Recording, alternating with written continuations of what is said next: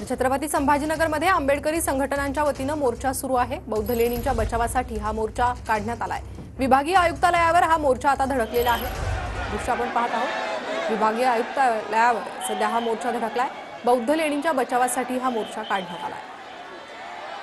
जे विपश्यना केंद्र आहे बुद्ध लेण्याच्या पायथ्याशी त्याचा अतिक्रमणाच्या सांगत त्याला नोटिसा देण्यात आलेला आहे आणि त्याच्या विरोधात आता हा मोर्चा जो आहे तो ह्या ठिकाणी निघालेला आहे। भिक्षू संघ उपासना व आंबेडकरी समुदाय जो आहे तो या मोर्चामध्ये सहभागी झालेला आहे आणि मोठ्या संख्येने हे सगळेच समाजाचे कार्यकर्ते आहेत ते या ठिकाणी मोर्चामध्ये सहभागी झालेले आहे। सगळे झेंडे जे आहेत ते निळे झेंडे असतील आपल्याला या ठिकाणी बघायला मिळत आहेत। क्रांती चौकातून या मोर्चाला सुरुवात झालेली आहे तर विभागीय कार्यालयावरती हा मोर्चा धडकणार आहे। आपल्या मागण्या ज्या आहे ते या ठिकाणी मांडणार आहे आणि या ठिकाणी घोषणाबाजी देखील करण्यात येत आहे आणि त्यामुळे एकूणच आपण बघू शकतो की या भावना ज्या आहे त्या अतिशय तीव्र असल्याच्या ह्या ठिकाणी बघायला मिळत आहे। कॅमेरामॅन अमित आडेसह कुणाल जायकर, छत्रपती संभाजीनगर।